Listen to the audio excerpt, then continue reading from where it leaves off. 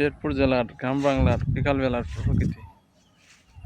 এখানে হয় ধান চাষ, পুকুরে মাছ চাষ, সেই সাথে পুকুর পাড়ে কলা গাছ।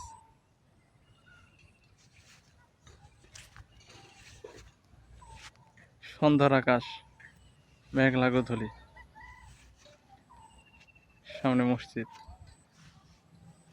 সব মিলে আমাদের অপরূপ বাংলাদেশ।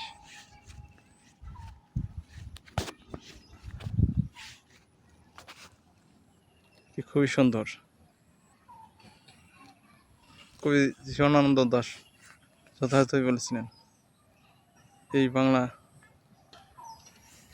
তাকে বারবার টানে, তাই তিনি এই বাংলায় বারবার জন্মাতে চেয়েছেন। যদিও সেটা হিন্দুয়ানি কথা, কিন্তু মানুষ একবারের জন্য বারবার নয়।